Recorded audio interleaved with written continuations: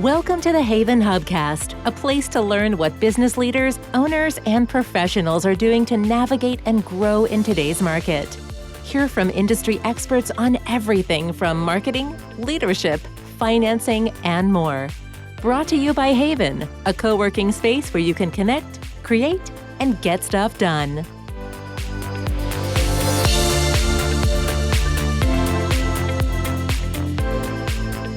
Hello and welcome to the HAYVN Hubcast. I am, super duper extra excited to be speaking today with the HAYVN founder, Felicia Rubinstein. Hello, Felicia. Hello, Nancy. So nice to be here with one of my favorite peeps. I'm excited because I never get enough time to spend with you. And I don't think we have talked to you on the podcast for almost a year and a half, 2 years. So taking this opportunity kind of at the year end to say, check in with HAYVN, see what's going on, what's new, what's different, and then maybe even look at the spirit of co-working, the sort of trend in co-working and what's going on in general. But first, catch us up, right? Like when we last spoke, we were coming out of COVID, how you had launched and what it looked like during COVID had all changed. Now it's kind of much further past. What, Felicia, are some either lessons you've learned or things that have evolved, good, bad, or indifferent, as we're kind of further away from the COVID space and things are hopefully not changing as much as they did before? Yeah, no. So it's actually becoming what my original vision was for our co-working space when I launched in 2019, but it's been accelerated. At that time, when I put my business plan together, they had said by 2030, 30% of the people would be working remotely and be doing co-working. And now it's happened so much quicker. So now when I give tours, people are like, oh, you were so smart and thinking it. You were so smart.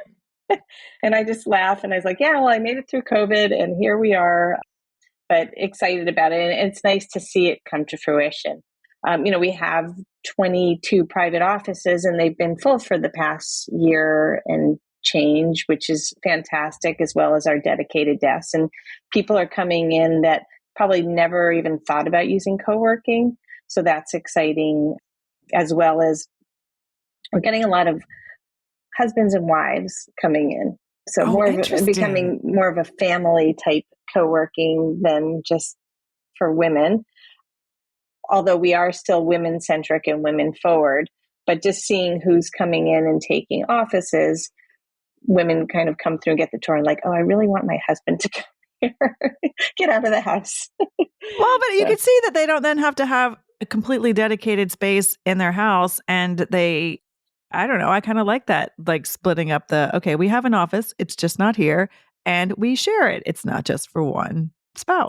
Right. And it's also people realize that they don't have to be in New York City all the time, and they could work in our space a couple of days a week, as well as go into New York the other days. But the whole trend is it's not work from home, it's work near home is what they need.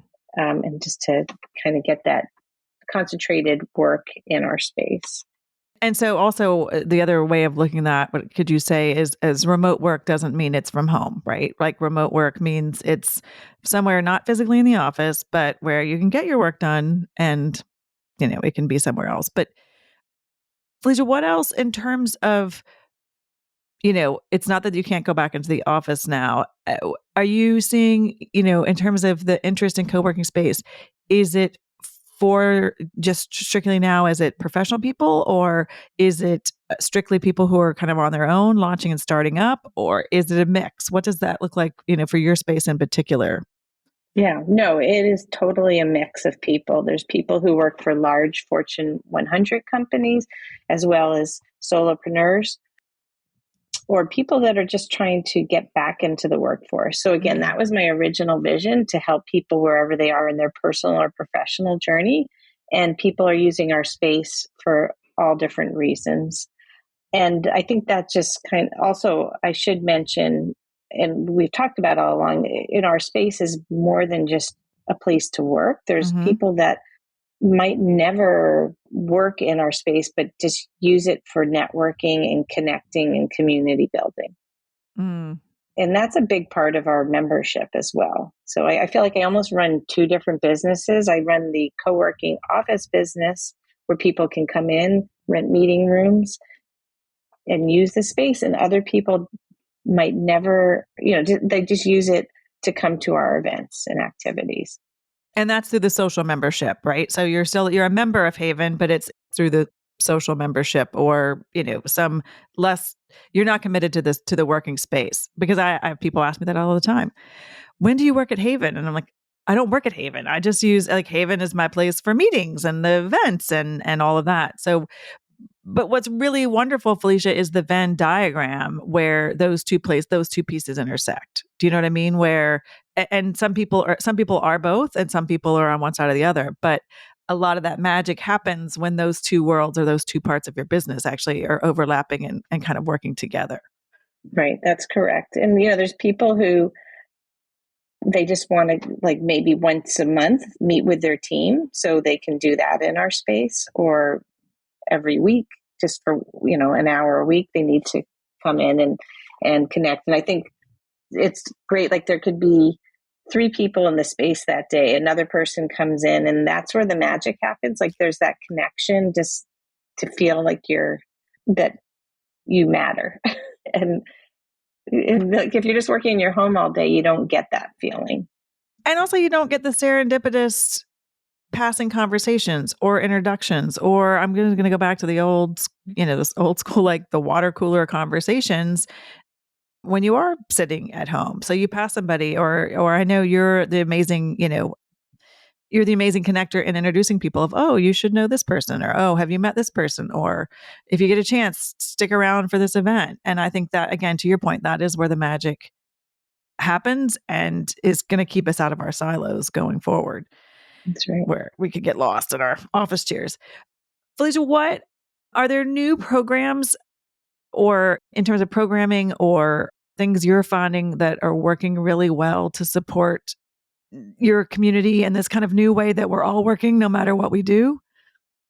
Yeah. So I kind of, throughout the past couple of years, have broken down into 4 pillars of focus that we work on, and have dived deeper into those, just kind of seeing what our community likes and what's actually just important in the world. So we are focusing on sustainability and social impact, health and wellness, women, and entrepreneurship. And so that's kind of our overall pillars. And then in each one, we're diving deeper and working with influencers in the community, creating programming around it, and creating groups, special interest groups, for people to connect in those areas. And that's how I've look at things when I create the programming.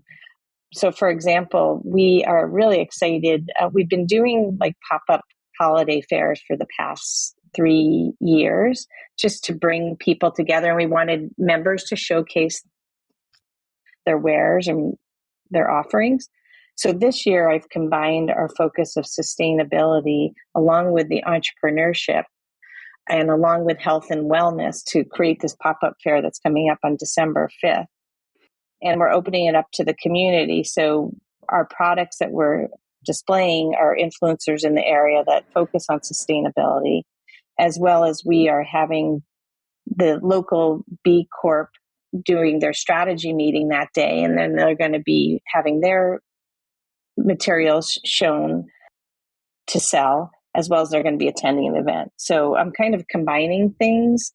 But again, if they focus on those 4 pillars, then that's how we do our programming, if that makes sense. That's so strategic. And it sounds like it's been helpful for you to kind of focus, right? In terms of sort of saying, we should try this, we should do this. What about this? But, and I, having been with you on this journey, it sounds that that's helping you focus on what should we do, what's impactful, what's meaningful to you in terms of the values of HAYVN, but also, to your point, what people are, who are coming to you want to do.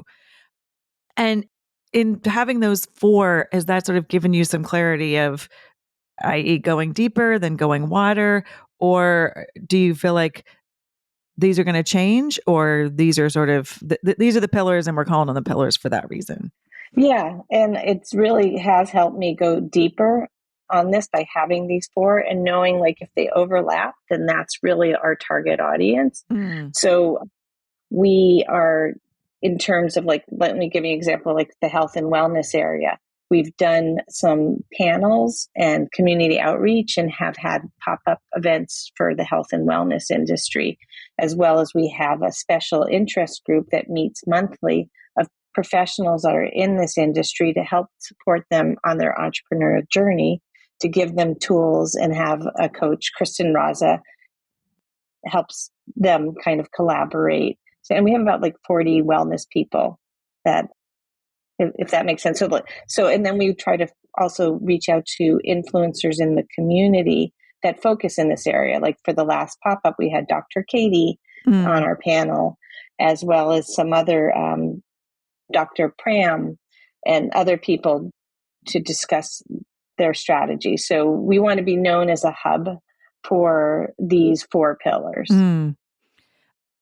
I love that. And I love that, again, you're kind of finding the HAYVN magic where these pillars intersect and cross over or are related. I also want to give a quick shout out, since the last time we spoke, you and HAYVN have become B-Corp certified. Congratulations. I know I've had a couple of podcasts where we've talked about it, but just while we're here, can we give a shameless plug and explain what B-Corp certification means and why that's kind of so important? I feel like it needs as much awareness as we can possibly give it. Yeah. So it's a very involved assessment, and it was very popular in Europe. And in Connecticut, when I started the process, there was only 3 B Corps in the area. And you have to go through and talk about like what you do in sustainability and DEI and just how you run your business, and work through a lot of programming. I would say, the reason it made me think of it is the way your pillars overlap. Do you know what I mean? That it's not something that sits over in a box and you tick the box and say, oh, we're B Corp certified or we believe in sustainability. You've checked that box. The fact that all of it is thought about holistically is what I think is so important about the B Corp status. It's not just... Right. Yeah. It's doing business and being a force for good. So everything I think about, who I hire, what vendors I work with, what kind of charities I do, how I run the space in terms of sustainability. We're solar panels. I am very careful about like what we use for materials, so we're not having waste. We do composting. And it's great to be among this network. And I'm on the event committee for the Be Local in Connecticut now. There's 33 companies, and Wow. we are becoming a force in Connecticut. And we've had events all over Connecticut, and proud to be part of this and meet all these great people. And it's fun to see like what's happening in, the younger generation really cares about this too. So it's exciting to see the trends, and we want to be a hub in at HAYVN for that. Well, congratulations, because I know, as you said, it's not a matter of just sort of ticking a box and getting a rubber stamp, as it were. So thank you for leading the way. I want to get back to, we talked about HAYVN is for anybody wherever they are. But I think you've also identified there are different challenges, whether you're a C-level professional or whether you're starting up your own company. How are you addressing and looking to support people to, where they are on their track and their journey in their careers? How are you either identifying that or finding ways to support them? Yeah, so we're trying to also dive deeper on people's businesses and offer them what they need. So what we have had we started in the middle of COVID was these hives, which are like coaching, support, and accountability groups. And we had just kind of created groups of people that were in different businesses, but to be peer-to-peer support groups. And it worked to a point, but now we're moving it to the next level, and we have hives and master hives. And these are going to be monthly meetings that are facilitated by a coach. And it's going to be a group of 6 to 8 professionals. And they have to be committed to meet in person at HAYVN. And it's a way to help them grow their businesses. And we've divided them into 2 areas. We have a hive and a master hive. And the difference between the two are the hives are for businesses that are maybe solopreneurs up to 3 employees, and they are under $1 million in sales. And they are looking for that support to grow their business. While the master hives are for businesses that are looking to scale, that are $1 million and above, and maybe eventually sell. So we are curating these groups, and we have Kristen Raza is coaching the Hives group, and Jamie Ramarini from Compel CEOs is going to be coaching the Master Hives groups. Awesome. Yeah, so that's one thing that we're doing. And that's going to be launching January 10th. And then we also have put together for women professional executives an executive salon. And these people are in like the Fortune 100 companies. And what we found is a lot of women, they are feeling very isolated. They're working in these companies, and a lot of them live in Fairfield County, but we are trying to connect a small group of them to meet monthly to support. And again, this is going to be facilitated by a coach, but it will be a really nice dinner. And it's a monthly meeting just to have them connect and share their personal and professional experiences. I love that. And I can only imagine, especially for the executives, that it's even almost lonelier and more isolating post-COVID in terms of trying to manage remote teams and how you steer the corporate ladder and play all those games. So it sounds like a wonderful opportunity to kind of reconnect with people who are having similar experiences, but not necessarily, your competition, so to speak, right? In a safe kind of place to have those conversations. Anything else new? I mean, both of those programs sound amazing. What else in terms of, as you're closing the door on 2023 and looking forward to 2024, anything else that's kind of on your horizon, either for next level or some things like maybe that didn't work or that aren't relevant anymore in terms of how HAYVN is operating in the world? Yeah. I've been working hard this year with my team to streamline things and we looked closely at what programs worked and what programs didn't work. And I think for us, we want to make things consistent. So every month we have a members breakfast, we have a happy hour, we have coffee and conversation. So each week we have a touch of a way for people to connect with the community. Awesome. And we have worked hard on also giving opportunities for people to showcase what they do. So like, for example, at the members breakfast, we always invite a member spotlight to speak. And I think that's where we're going to dive deeper in terms of member engagement to make sure that the members that we have, we're offering the programming that they want. So we're seeing what works and kind of letting go of some things. I definitely had done a lot of programming just to see what would work during COVID. I am very tired of the hybrid or remote model of gathering. So I am going to encourage people to come to the space, and that's where the magic really happens, and that's kind of why I created this. So the digital piece will be, there's plenty of groups that do that well.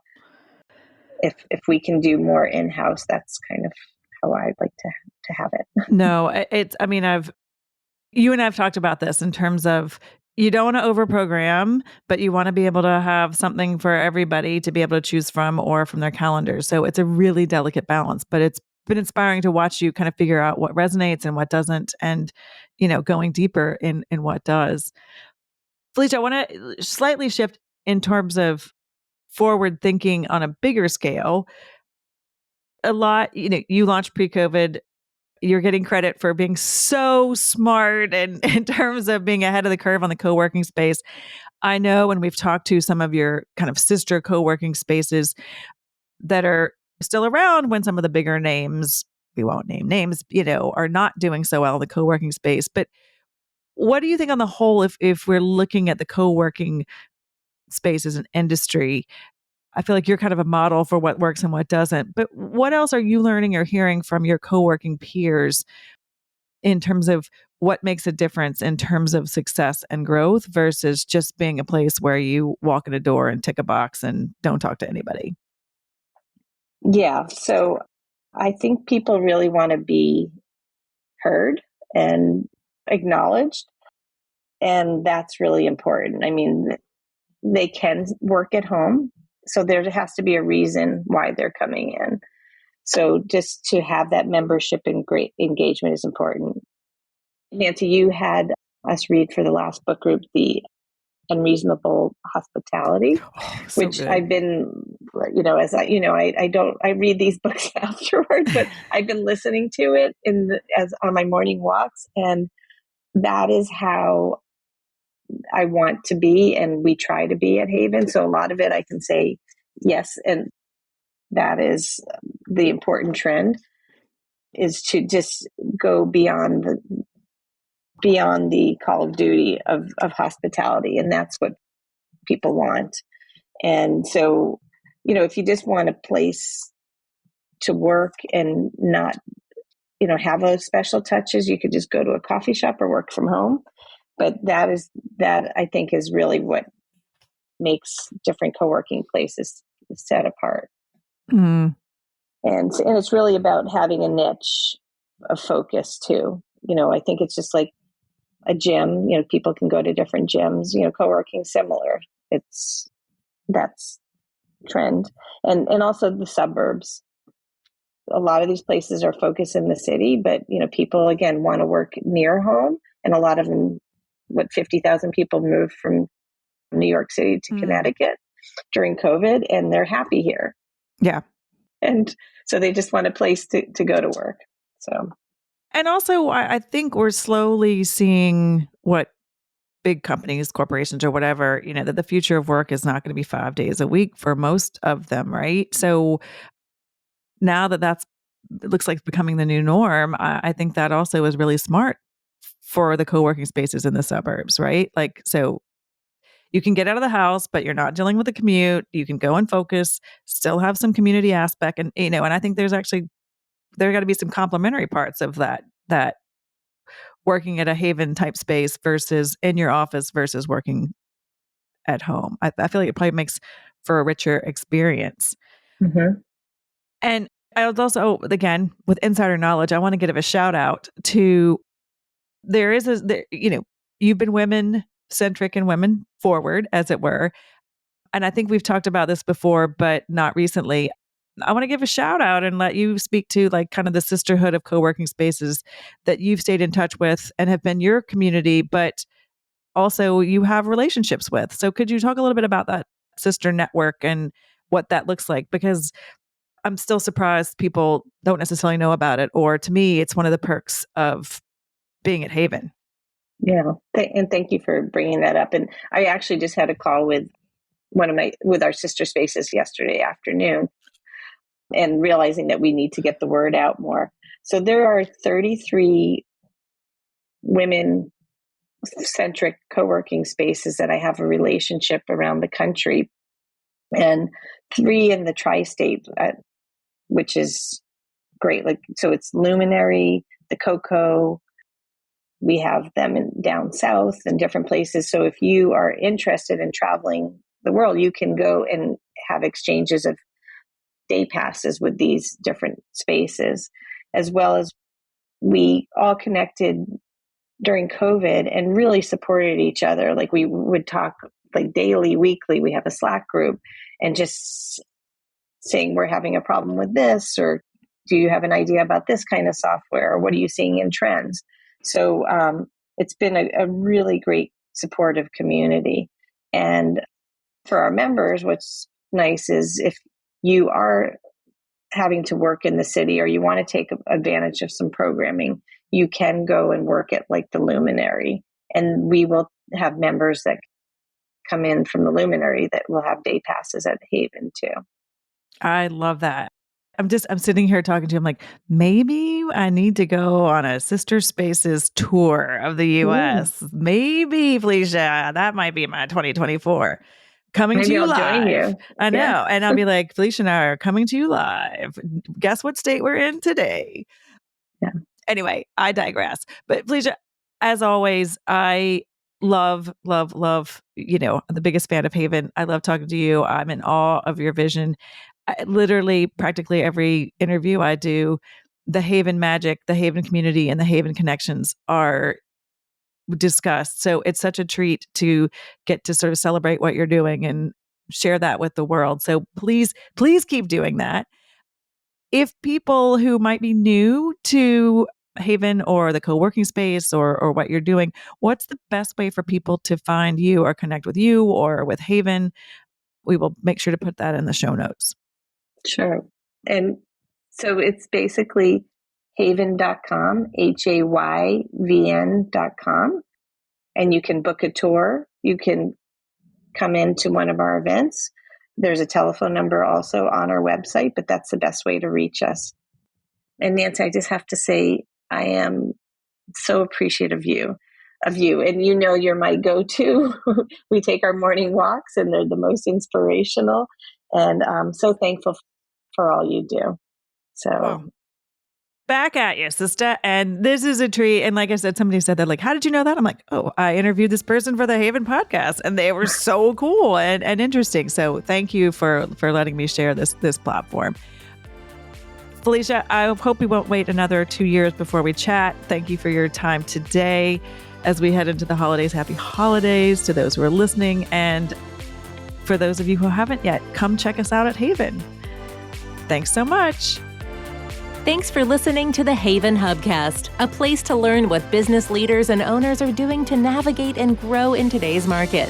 Please leave a review on Apple Podcasts and subscribe on your favorite podcast app. HAYVN is a co-working space and virtual community located in the heart of Fairfield County, Connecticut. HAYVN is a hub for business owners and professionals to connect, create, and get stuff done. Find out more about the HAYVN community online at hayvn.com. That's HAYVN.com. HAYVN Hubcast is produced by Sound Advice Strategies.